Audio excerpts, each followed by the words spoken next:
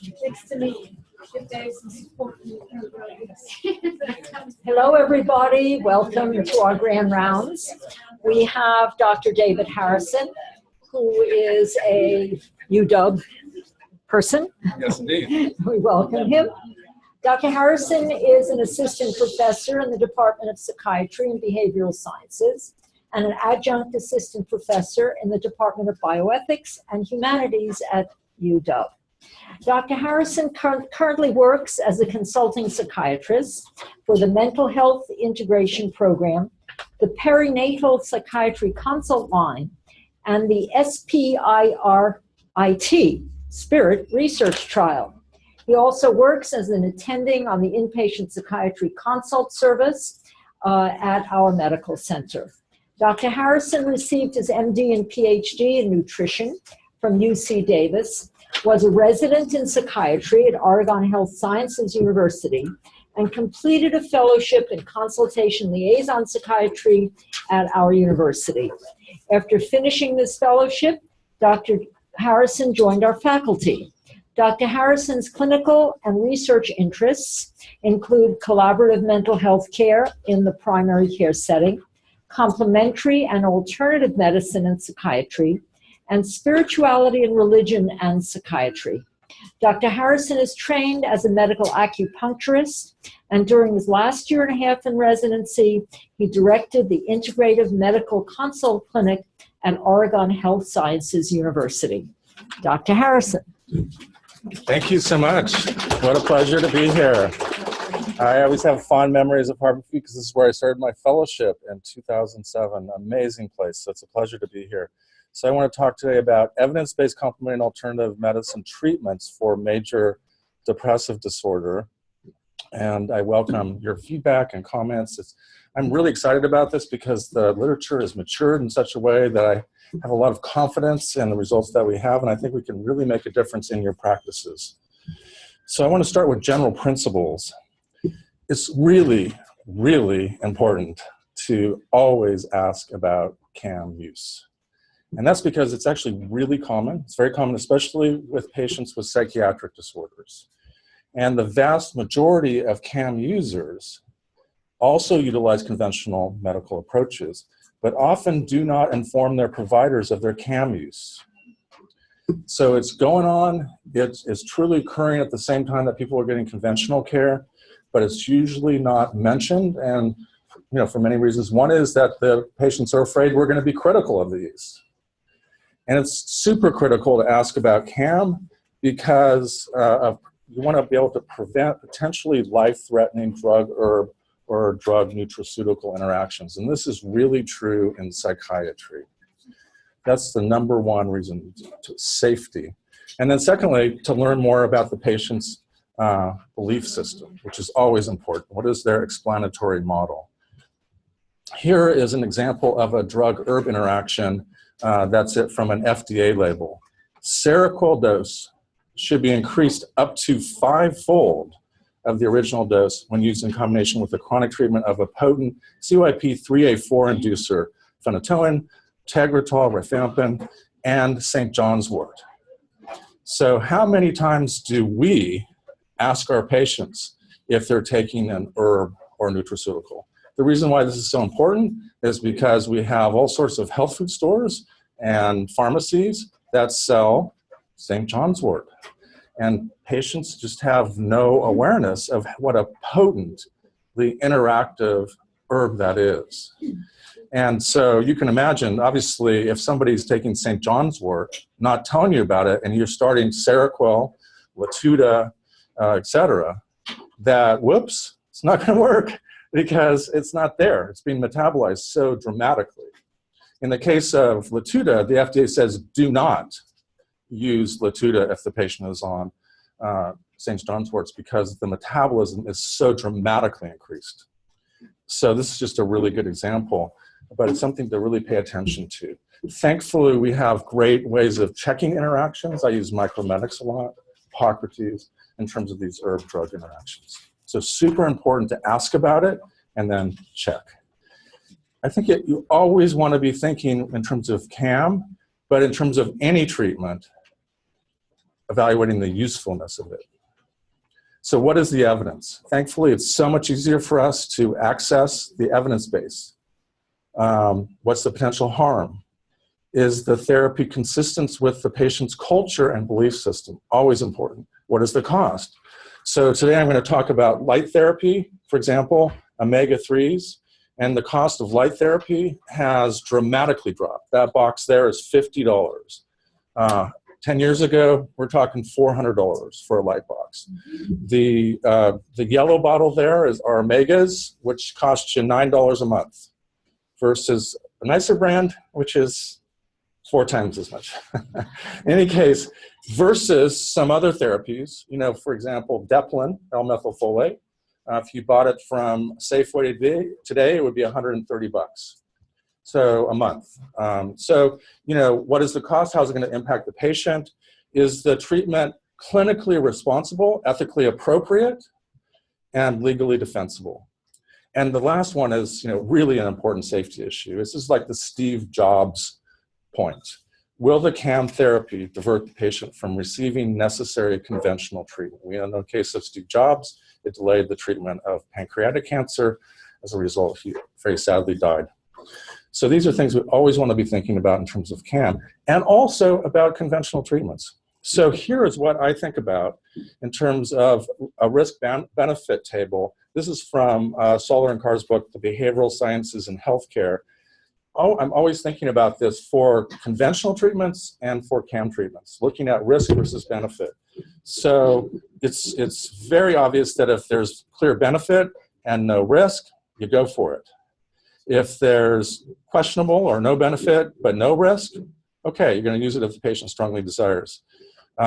Risk, there's some risk or unknown risk and benefit, then you use cautiously, and obviously if there's no benefit and risk, you wouldn't avoid it. You would avoid it. So I think we'll talk about, for example, Abilify for adjunctive treatment, and where do things sit here in terms of different things, as an example in a moment. Okay, I think it's really important when you're dealing with complementary alternative medicine, which for most of us is out of our comfort zone, that we find providers that we can trust. And the great news is that Mass General has a terrific group of scientists who are researchers. I mean, it's really the best place for CAM in the world, as far as I can tell, CAM and psychiatry.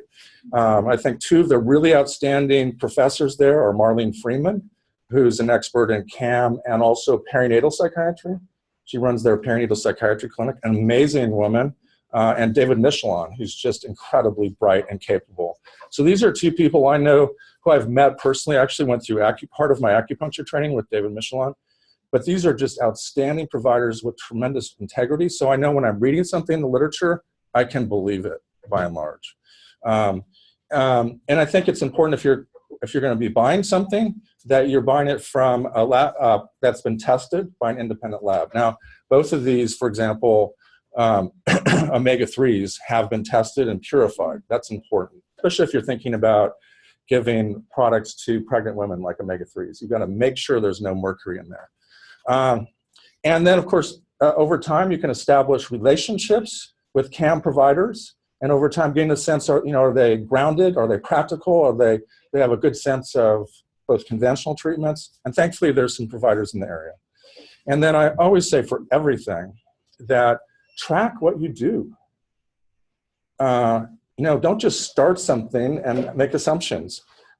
Screen, track, and see what happens. I'd say that for anything, whether it's, donazepam, sertraline, or SAMe. Track outcomes using a screener. And that way you can tell if it's working or not, because obviously not everything works. I've just had this is such a part of my consciousness because I've been in collaborative care at the mental health integration program for the last 8.5 years, and that's just part of what it makes it so powerful and so effective. Not everything works. Let's track and see what happens. So that's really important for conventional, but also CAM. Okay, so the presentation today is based on 2 primary source materials. This terrific review that came out in 2010, Complementary Alternative Medicine and Major Depressive Disorder, the American Psychiatric Association Task Force Report. And here we can see Marlene Freeman, who's just as I said, a terrific Dr. Fava, David Michelon, and then very recently in June, the paper came out in the American Journal of Psychiatry, Adjunctive Nutraceuticals for Depression, a Systematic Review and Meta-Analysis. This is terrific as well. And here we have David Michelon and other terrific scientists involved. So as a PhD, having done basic science research, having paid attention to clinical research, closely for the last 12 years, it is hard to know what the truth is. So I'm always going to be reading papers, but I'm also going to be going to those people who I trust, know the literature, know how to do this research, because there's always tricky things about research. So this is the substance or the backbone of my presentation today, and so my recommendations are going to be in alignment. I might be a little bit more conservative than some of these, but this is what I'm using as my backbone. So I want to start with a case. I don't want to take an antidepressant again. So KB is a 27-year-old married Caucasian female elementary school teacher who presents with a 6-month history of increasing depression, which is now in the moderate range. She's able to drag herself out through her workday, but this is a struggle and she has no energy for anything. She denies suicidal thoughts. She cannot identify any particular stressful life events leading up to this episode. She had one prior similar episode of depression in college. She went to a school counselor twice, but reports had nothing to talk about. She was also prescribed antidepressants, sertraline and citalopram, which made her feel like a zombie and did not help. She states that she just got better after about a year, but she had to drop out of college for 2 quarters. She denies any history of psychiatric hospitalization, suicide attempts, anxiety, mania, hypomania, or psychotic symptoms. She states that she's medically healthy and has no medication allergies. She's on no medications other than estrogen-containing oral contraceptive, which is pertinent in the sense of thinking about complementary alternative treatments, that she has taken for the past 4 years. She drinks about 1 alcoholic drink per week. She's never smoked. She denies use of marijuana or illicit drugs, and she denies any history of substance use disorder. She has heard that her maternal grandmother had a nervous breakdown, but does not know of any other family history of mental disorders. She had a happy childhood and denies any history of trauma or abuse. She has a large circle of friends, but has been isolating more now that she's been feeling more depressed. She has been married for 3 years and describes her husband as being supportive, although he doesn't know what to do when I'm like this. She states that they very much like to have children, but cannot imagine doing this feeling as she does now. She would like to help, but given her past experience, she does not want to take antidepressants. So this is a case of somebody who's presenting with moderate symptoms of depression, who's been tried on antidepressants, who doesn't want to go down that pathway again. And then the question is, what do we do? And so first and foremost, I want to say, I'm going to be talking about treatment for mild to moderate depression today, not severe. I just want to be really clear about that. And that I always recommend psychotherapy as the first line of treatment for mild to moderate, for any depression, anxiety, mental health disorders. But I want to be clear, I'm not going to be talking about psychotherapy today, but I'm a huge, huge fan of psychotherapy, and I work in a collaborative setting, so it's always available to me. But in a lot of settings, people aren't interested in it, it's not available, etc. So I just want to be really clear that I'm a huge fan of psychotherapy, but I'm not going to be talking about it today. And also that I tend to be conservative just personally in terms of prescribing medications, potentially because I work in collaborative care. So I tend not to prescribe medications when people have symptoms of moderate depression. My threshold is a PHQ-9 of 15, so mild to moderate and higher. Obviously, if there's suicidality and other factors, I'm going to be changing that equation. That is not typical for most psychiatrists I've talked with. They're more comfortable. I tend to see the risks and the benefits since psychotherapy is available to me as part of team-based care. So I tend to be a little bit more conservative, just saying that. Okay, I want to talk about, again, CAM treatments for mild to moderate depression. And so let's start with St. John's Wort. So St. John's Wort has quite a literature, and it really is effective for as a monotherapy for mild to moderate, but not severe. The dosing is broad, 300 milligrams to 1,800 milligrams a day, divided BID or TID. The side effects are pretty benign: dry mouth, dizziness, constipation. There's 2 huge problems with St. John's Wort. One is that there's just really challenging drug-drug interactions. well, actually both of these are drug-drug interactions. A very big one is oral contraceptives. So if there's estrogen around, St. John's wort will increase the metabolism of estrogen. So now you have a woman taking an oral contraceptive that isn't working anymore, which obviously can lead to certain phenomena, which may or may not be welcome. And then obviously there's this huge issue of the MAOI activity of SSRIs. In my last year of residency at OHSU, I worked in a community mental health naturopathic clinic. So it was through the Naturopathic College in Oregon. They had a half-day-a-week clinic. And in that entire year, I never saw a prescription for St. John's wort. It just isn't given widely. Certainly if you're going to use it, you would want to be having a patient that's younger, without a lot of medical problems, without a lot of medications, and certainly this issue of estrogen-containing oral contraceptives. And you have to worry about even the hormone-containing IUDs or the implantable stuff as well. If you're thinking about it, the big question is quality. It is just colossally challenging issue around the quality of herbs. Nutraceuticals less so, like SAMe, for example, or megas, but herbs really vary, and there's a lot of studies that have shown that the common products have no actual efficacy because it's not in there, it's not well controlled. So the quality varies tremendously. I personally recommend alcohol extracts, and if I were to prescribe it, which I never have because it's just so problematic, I would call up, and I've done this for other reasons, I'd called up the pharmacy, it's called the dispensary at Bastyr. Because you know that Bastyr is going to be on top of this. And not only would I say, can I order it through you? And of course they'd say yes, but I say, what dosing do you recommend as a starting dose? So it's actually straightforward if you go to something like Bastyr or other places. So just go to a place that you know is reputable. They're really going to be paying attention to this. SAMe is one of my favorites. We're going to talk about it. Probably it's known more in terms of its efficacy as an adjunct, but really there's evidence for its being helpful for mild to moderate and depression. Its dosing is 400 to 800 milligrams BID. It tends to work quickly, well tolerated, doesn't work better. Some medications tend to work more quickly, but not better. The major downside of SAMe is its cost. So to give 800 milligrams a day, and I'll talk about an adjunctive trial a little bit later, we're talking $80 a day, the cheapest that you can get. $80 a month, excuse me, yeah. Yeah, $80 a day would be, right? Excuse me, yeah, $80, somebody's paying attention.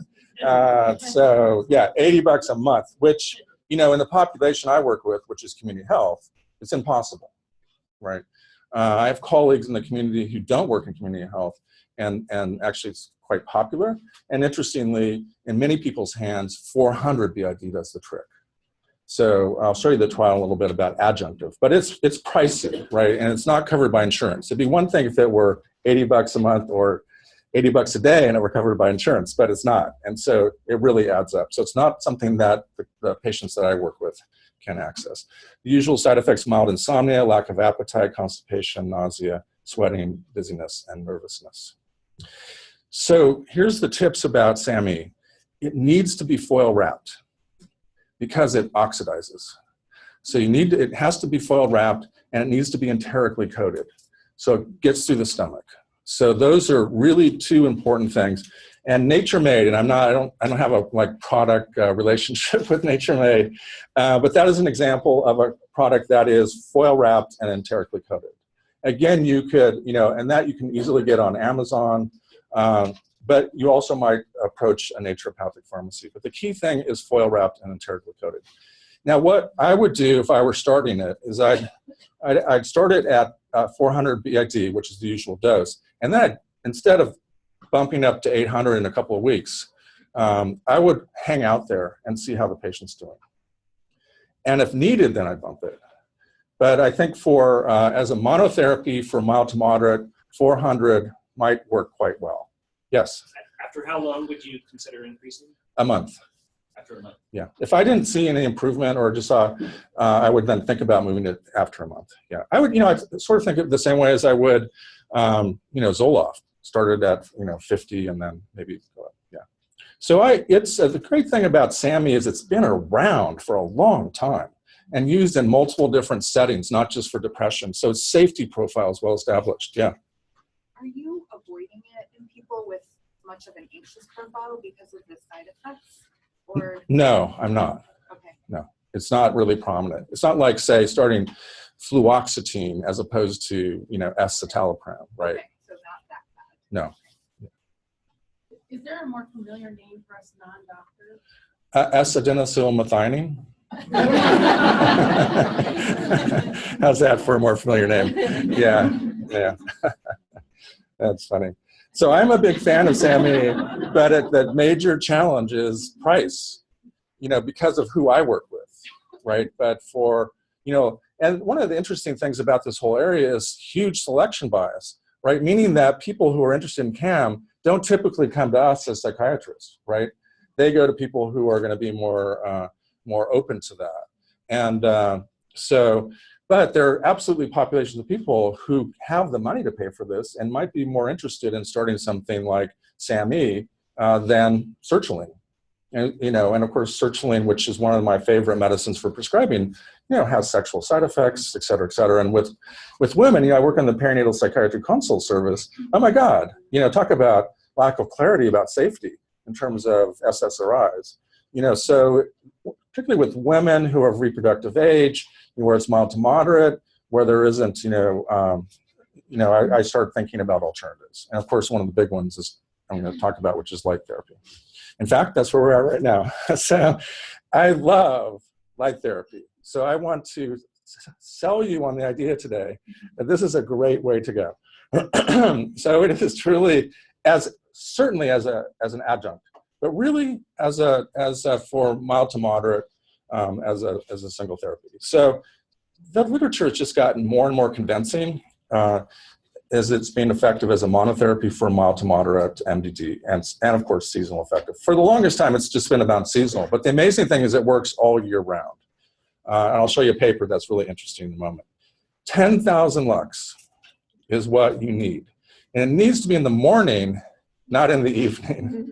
I was giving a lecture to the PA students, and I had a student come up to me and says, Dave, I've been doing this, and it just isn't working. I'm going, well, when do you do it? Well, when I get home from school. Okay, let's try something different.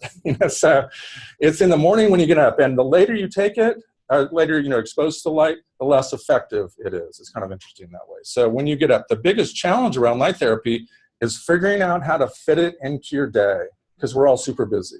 So I was talking with a patient the other day who was telling me she spends a lot of time in front of the mirror getting ready, in the morning.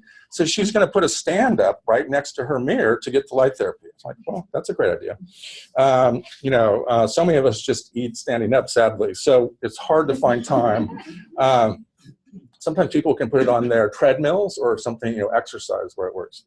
So the reference light exposures, just to put this in a frame and a context, is full daylight is 10,000 lux. So this is not brighter than full daylight.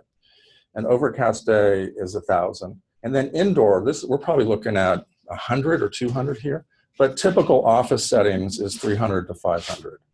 And so you can imagine evolutionarily that our exposure to natural broad spectrum bright light has shifted as we've spent more and more time indoors. So it just makes sense on that level to me. Now here is, I just want to show you this really interesting paper that came out this year, efficacy of bright light treatment, fluoxetine in the combination in patients with non-seasonal major depressive disorder, a randomized clinical trial. Obviously it wasn't blinded, because guess what, you can see bright light. But this is just really compelling. The ends are, not huge, right? 30, 31, 32. The line here is placebo. The lighter blue is fluoxetine. This is light therapy. And then this is the combination. I'm like, whoa, that's impressive, right? And this is the change in the MADRS score with the last observation carried forward. And the p-values are really robust. I'm like, whoa, this is really encouraging to me. And this is just one of several papers. This isn't the only paper. And so, you know, as I said before, I work with pregnant women. What a safe treatment, right? And nowadays, $50, which is astonishing. Really, really inexpensive and small and light. Obviously, you have to be careful about bipolar disorder. But the literature, as I said in the beginning, this literature is getting more robust and convincing. And so let's talk about some tips about it. So lux is measured at a distance. So it's from the light source to your cornea. And the distances of the different light boxes really vary considerably from like a minimum of 14 to 24. So 14 is getting a little bit on the close side, obviously. Makes it harder to really use it. And the costs vary tremendously. The good news is the costs have come down dramatically over the last 10 years. So that box there is $50 from Amazon. And you get 10,000 lux at 20 inches. That's a reasonable working distance. So I really encourage you to think about using this as monotherapy for mild to moderate depression and as adjunctive treatment. I think it's really exciting.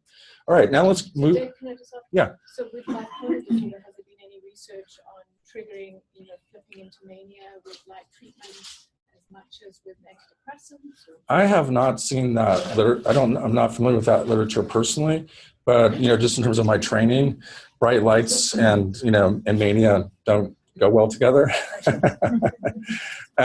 So David Avery was at this presentation, which I've since updated at the Washington State Psychiatric Association. I gave in May, and he said that he will start people at a really short period of like 3 minutes, and then he'll titrate it up. And David's extremely skillful, and an expert provider. That was his feedback. I've just tended to stay away from it because I, worry about that. All of these effective treatments have the risk of causing flipping. I remember working in that naturopathic community mental health clinic. I had a patient with omega-3s, which I'll get to in a bit, who found that when he went to 2,000, he started getting a little bit hypomanic. So it was a dose-dependent phenomenon. It was just really interesting.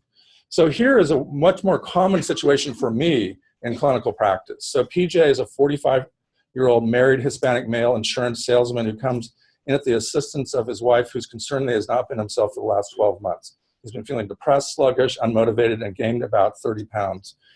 He has been doing worse at work and feels useless and unable to support his wife and 2 children, aged 15 and 17.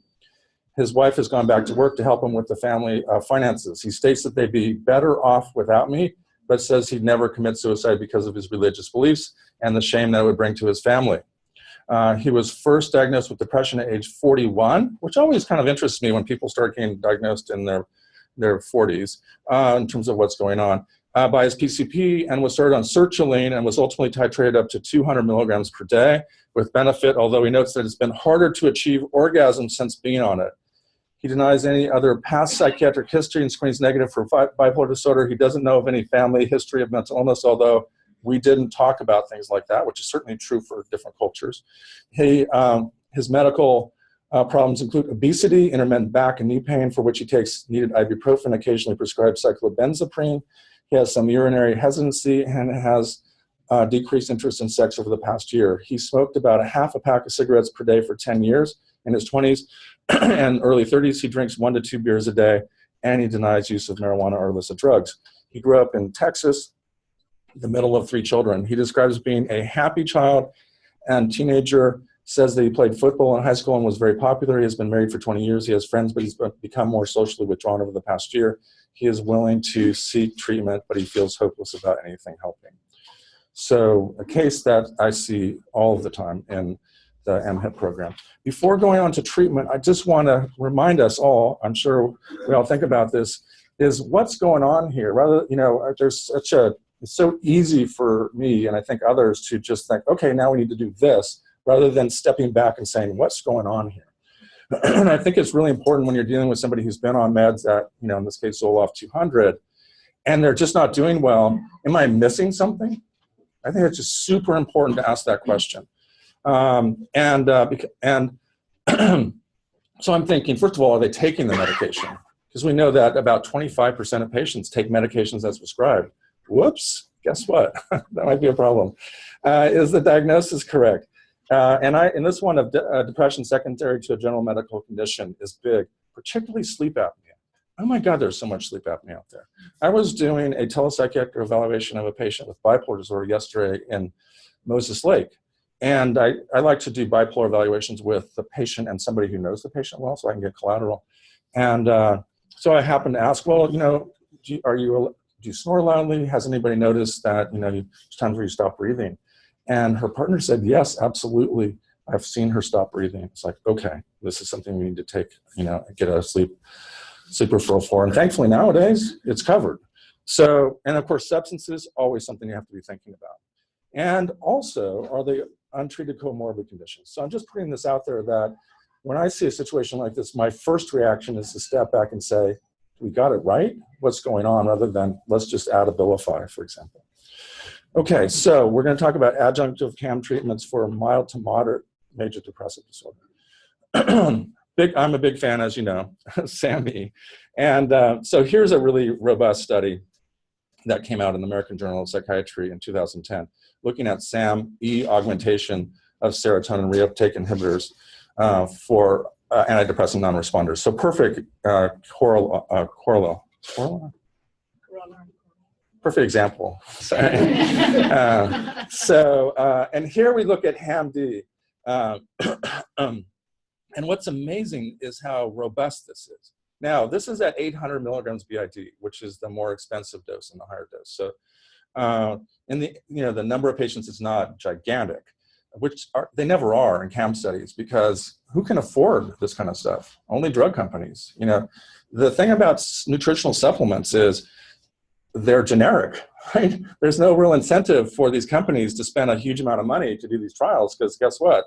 They're not going to be able to capture market share. But in this case, the response rate is really quite strong, and the remission rate is quite compelling as an adjunctive treatment. Now, to put this into context, a medicine that I prescribe a great deal is Abilify. Now, I'm using here product literature from Abilify, which you know is not going to underestimate how wonderful Abilify is. You can count on the fact that their product literature is not going to underestimate efficacy. And you can see that it's really less dramatic. And this is response, not remission. So if we go back, you can see that this is really quite a remarkable response. And you know, I use Abilify a lot. And one of the frustrating things is that guess what? Abilify is covered, SAMe is not. Now, the other thing in terms of risk-benefit, I was talking to a colleague of mine at OHSU who runs their OCD clinic, Jim Hansey, amazing psychiatrist and, and professor. And I was periodically I'd check in with him and say, well, you know, Jim, what's your go-to drugs for OCD? And then adjunctive. And, you know, and adjunctive has typically been Abilify. He said, you know, Dave, in the last year I've had 3 patients who developed TD with Abilify. I'm like, oh my God.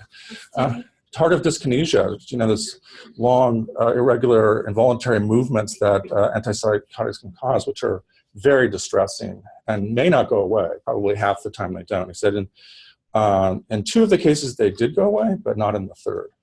That's the first time I've heard about TD with Abilify, but it just gets us thinking about risk versus benefit. I think the biggest obstacle, honestly, to using SAMe is the cost for a lot of our patients, because it's not covered. Omega is my absolute favorite, which speaks to my PhD in nutrition. So omega-3 fatty acids, the literature on their being held as an adjunctive for mild to moderate is just amazing. And that recent paper that came out in June was just really convincing to me. I've personally seen them work as a monotherapy, but that's the evidence isn't compelling. But as an adjunct, it's really strong. The key component I'll show you in a slide appears to be eicosapentaenoic acid, EPA, as opposed to DHA. DHA is important for brain development, retinal development, but in terms of the mood-enhancing effects, it appears to be EPA. There's a little bit of sloppiness about what the correct dosage is, because the studies have varied considerably, but it seems like 1,000 milligrams of EPA is a magic number in terms of getting to that number. Now, to put things into context in terms of omegas, 500 milligrams a day of EPA DHA is according to UpToDate, which I reviewed last night, conveys cardiovascular improved risk profile. 3,000 is what you would use to help with hyperlipidemia. We're looking at 1,000 to 1,500 milligrams. 3,000 is when you start running into bleeding problems, not at this dosage level. And what makes this especially compelling to me is that our historical intake, as somebody who's interested in nutrition, our historical intake of omega-3s versus omega-6s has really changed. I mean, dramatic evolutionary shift. So in 1850, and obviously prior to 1850, the ratio of omega-3s to omega-6s was 1 to 1. Since the industrial age and modern agricultural practices, it's now 1 to 10. So there's 10 times more omega-6s than omega-3s in our diet. So you can make the argument, I think quite correctly, that we are nutritionally deficient in omega-3s. So, and then if you think about what omega-3s do, they really have an anti-inflammatory effect. And there is, as I'm sure you well know, there's an anti-inflammatory hypothesis about depression. So for me, it's a win in a lot of ways. There's a cardiovascular benefit. There's a kind of nutritional deficiency that's going on in terms of our modern nutrition. There's the anti-inflammatory hypothesis. There's the safety profile. I've become a really big fan as a result. Here's that study that came out in 2013. This is looking at 1,000 milligrams of EPA versus 1,000 milligrams of DHA versus placebo as an adjunctive treatment for mild to moderate depression, and with a very robust p-value. So, and then this is just one paper of many. Recently, meta-analysis came out supporting the same conclusion. So I'm inclined to recommend a higher EPA formula. The challenge, again, with the higher EPA formulas and the more purified formulas is they're a lot more expensive. So let me talk about that. Prescribing tips about, oh yeah. Just again, curious about the mercury issue. Yeah. For pregnant women. Yeah. So that is green. So, right, absolutely. So, and that's perfect timing in terms of your question. So the question was about mercury. And, somebody who works with in the perinatal population, it's a huge issue. And one of the reasons why women's intake of fish goes down is because of this fear. So you want to make sure that any product that you prescribe in terms of omegas or recommend has the mercury and other contaminants removed. And if you actually look on for example, the Nature Made bottle, it specifically addresses that, and they also will talk about being tested by an independent lab. So that's super critical. So all of the good products, all the products that I've seen, like at Whole Foods or on Amazon, the sort of major brands, Carlson, Nature Made, Nordic Naturals, are purified. So you want them to be purified, super important, but also protected against oxidation. So that means they're going to have tocopherols, vitamin in there as an antioxidant. So the premium brands, as I mentioned, Nordic Naturals, that's over here in the white, that's the Nordic Naturals EPA, I'll show you a label, are a lot more expensive, 3 to 4 times more expensive. So you're getting a more purified product that doesn't smell as fishy, and you don't have to take as many soft gels, but you're paying a premium. So as you can imagine, in the community health clinic system where I work, that's just not possible. On the other hand, $9 a month, which is what you can buy Nature Made from Costco, from Amazon, is affordable. So one of the things that's super critical about prescribing omegas is you've got to get the EPA level up high enough. And people can get thrown off by the labels. For example, that Nature Made label, on the front of it says 1,200 milligrams a day, and then below it, it says 360 essential fatty acids, something to that effect. But people get thrown off by what the label says. And so the biggest problem is people underdosing omegas. And so it's really important to read the labels. And I can't believe I'm doing this as a nutrition person, but it's so important. So here's a Nordic Natural label. That's the one I have over here. And the Nature Made label. So huge difference in price. I calculated this out last night because I bought them both on Amazon.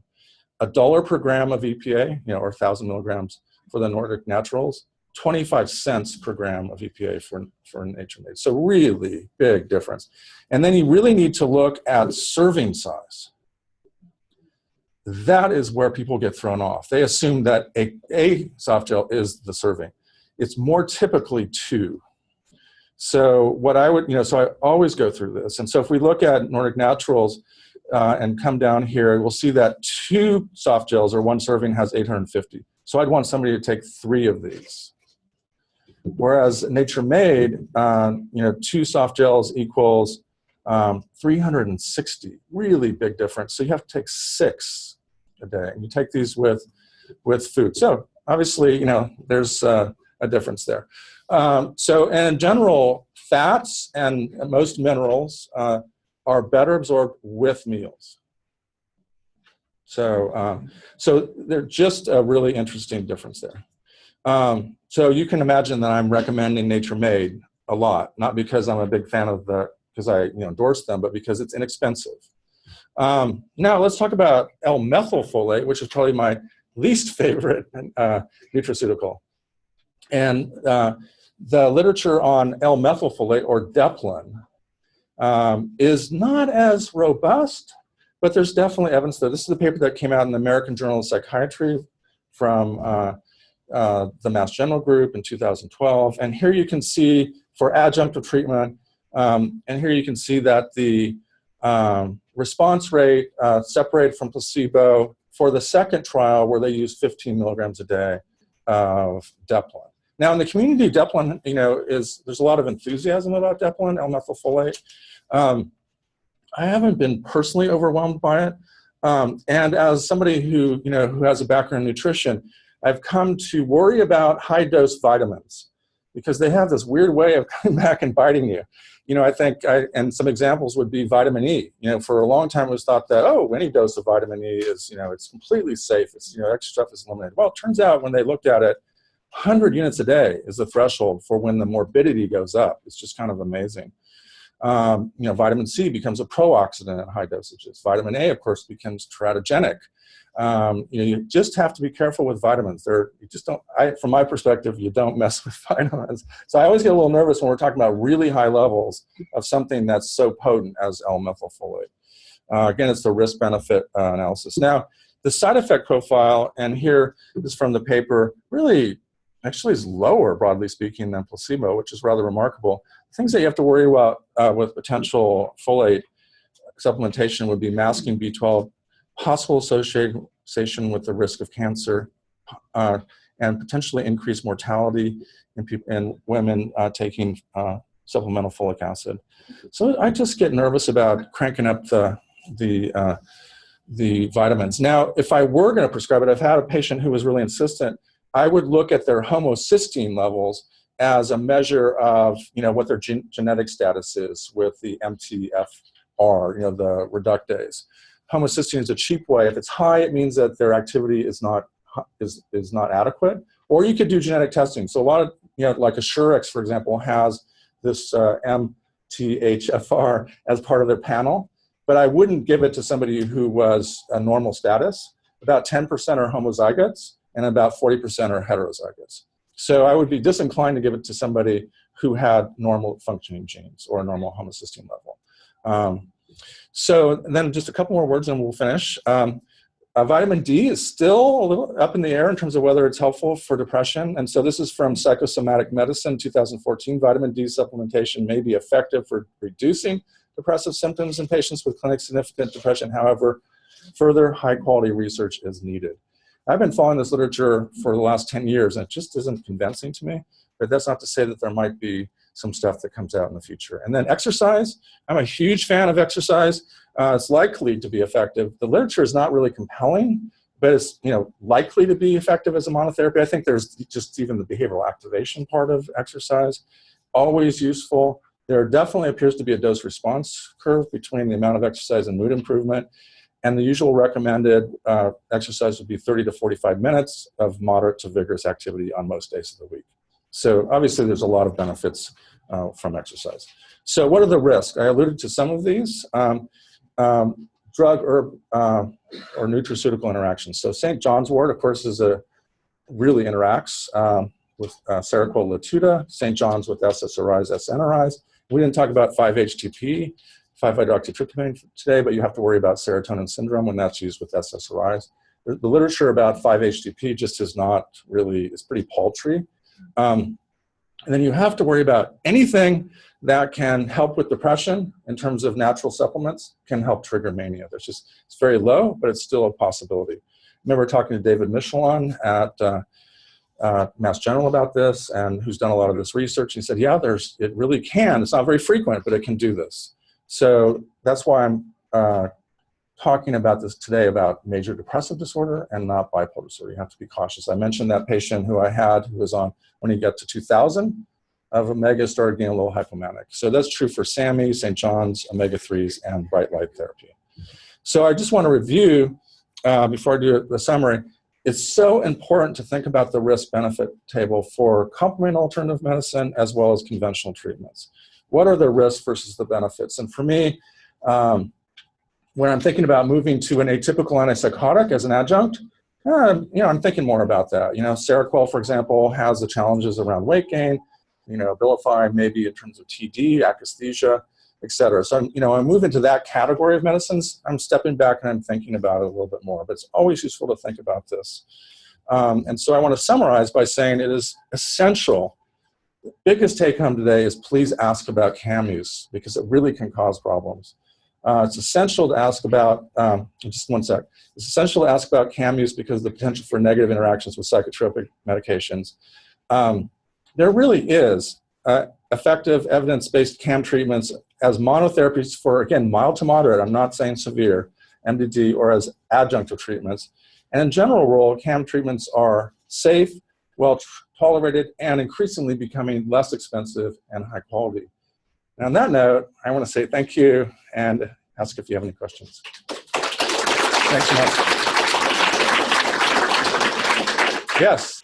While we're talking about this, more than one study, including, I believe, a case-control study out of the Intensive Seattle, Yes. has found a sizable increased risk for prostate cancer in thinking that it will make it fatty acids. What do you think of that? Yes, thank you for asking that question. I've looked at that in detail in terms of reviewing the literature, and I don't think as far as I'm aware, in terms of just very recently reviewing this literature, there's really only one paper that clearly suggests a risk of increased prostate cancer risk.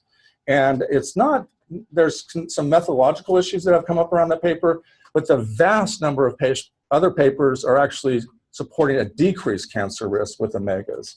So I think that's an outlier, and I think the bulk of the information that's out there says that actually it's of benefit. I would probably mention that if I had a patient with prostate cancer, but as a general rule, I looked at that literature really thoroughly because of this. It's not that the touch study with a more well-done case-control study, you think that these other studies match those studies and methodologies? That is my belief after reviewing the literature. As you know, if you're involved in clinical research, there can be all sorts of studies where you have one dramatic and concerning study that isn't supported by others. And that's how I see it at this point. I think if prostate cancer risk was really increased, then you would see it epidemiologically in populations where there's a huge amount of omega-3 intake, like Eskimos, for example. And I haven't ever seen data like that. Interestingly, there is a correlation, an inverse correlation between omega-3 intake and depression epidemiologically across different societies and cultures. But thank you for asking that question. Yeah. Obviously, poor sleep is a characteristic of depression. We didn't talk about any of the alternatives for sleep aids. Yes. Melatonin, herbal teas. Yes. There's a bunch of stuff out there. Yes. The question was about using herbal or nutraceuticals for sleep problems. And that's not something I feel sufficiently informed to talk about with authority, but it's maybe a future topic. Yeah, thank you.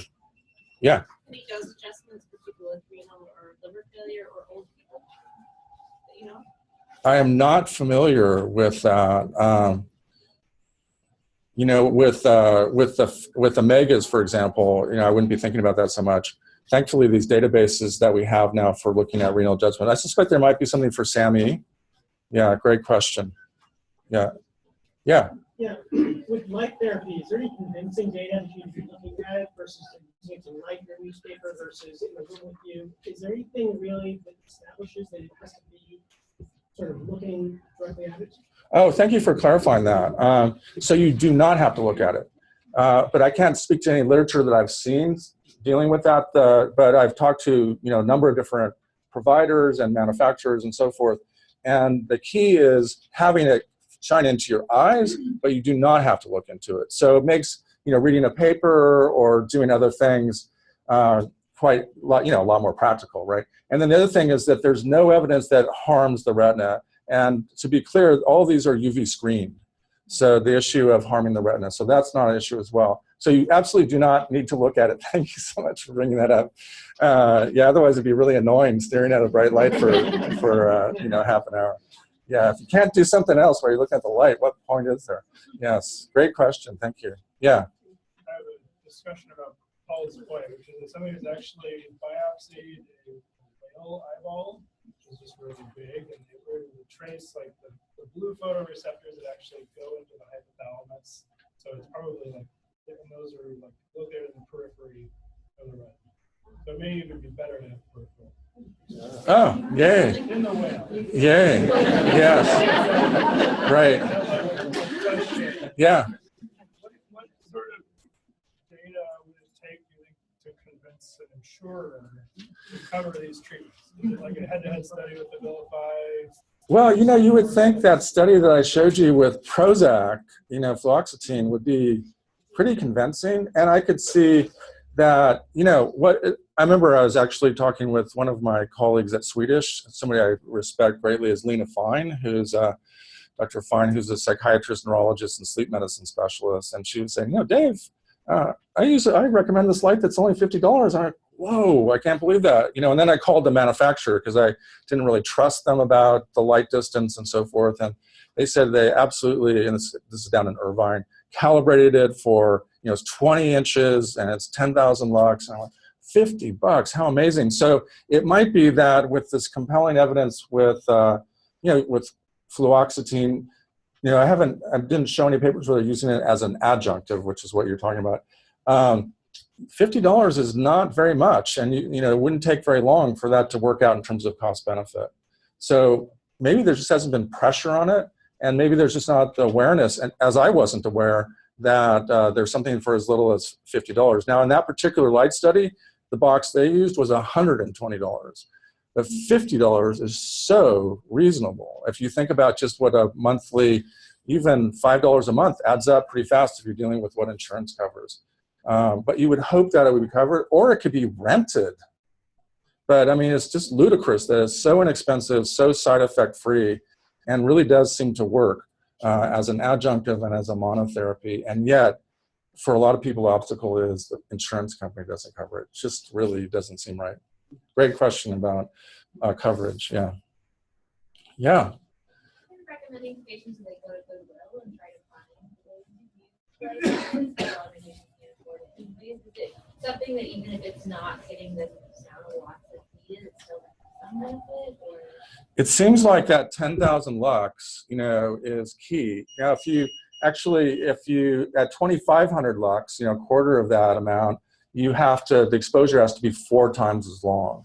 So, and one of the challenges really is getting lights that are sufficiently bright. So, you know, you could buy a lux meter, but you don't, you know, it's hard to know when you buy something like that. And then, of course, figuring out what the distance is. A lot of the cheaper stuff, the distance is just ridiculously close. Yeah. There are pretty good smartphone apps turn your phone into a lux meter for free. It's fun to play with.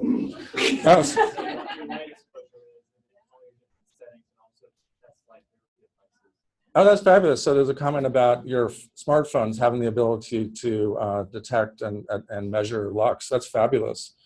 Yeah, how terrific. Yeah, thank you. So which of the supplements would you recommend for a pregnant patient with mild moderate depression and I don't Just a really easy question, Carmen. So I love light therapy because obviously there's no downside to it other than $50 and scheduling it. I have talked, I take this subject really seriously about safety during pregnancy. I've talked to Marlene Freeman, who is really probably the world's expert in omegas and CAM and perinatal, and I've reviewed the literature really closely. There's no evidence at all that I've been able to find anywhere, and then with Marlene's feedback, that omegas are unsafe. In other words, I believe that they're a good adjunct. The difference would be that I would recommend, if you're dealing with omegas in pregnancy, that you don't get a highly purified one, or it can get purified, but you have that DHA in there as well. Because the DHA is going to benefit the fetus. The EPA is going to benefit. Because some of these highly purified ones, they have much less DHA. So you might get it purified, but make sure you still have a good ratio. And then SAMe, it's just, I've looked at that, it's come up before. I have not been able to figure out how safe SAMe is. There's just very limited literature on that. So I don't know what to say about SAMe. But I think, with omegas, it's just a win-win. It's a win for the mom and it's a win for the baby. And, there's certainly studies that suggest the intelligence of the baby is greater when they've gotten omegas. And we know that most mothers don't get enough omegas. And then light therapy, how much better can you get in terms of side effects? Yeah, so great question. Yeah. Also omega E for vegetarians. Omega E? Sorry, omega 3. Oh, omega 3. Appreciate it. Oh, yeah. That's harder, right? Because DHA, you can see, vegetarian sources, but EPA, I haven't been able to find any vegetarian sources. So that's trickier. Have you had any experience with that? I know flax oil and certain seaweeds have DHA, but I don't know about EPA either. Yeah, and then the conversion of other omega-3s to EPA is very, very poor in humans. So it's tricky. That's a good point. I don't know. Maybe in the future there'll be sort of bacterial synthetic models kind of thing. But you do see EPA in eggs and milk, but it's DHA. Yeah. Well, thank you so much. I appreciate it. Oh, thank you.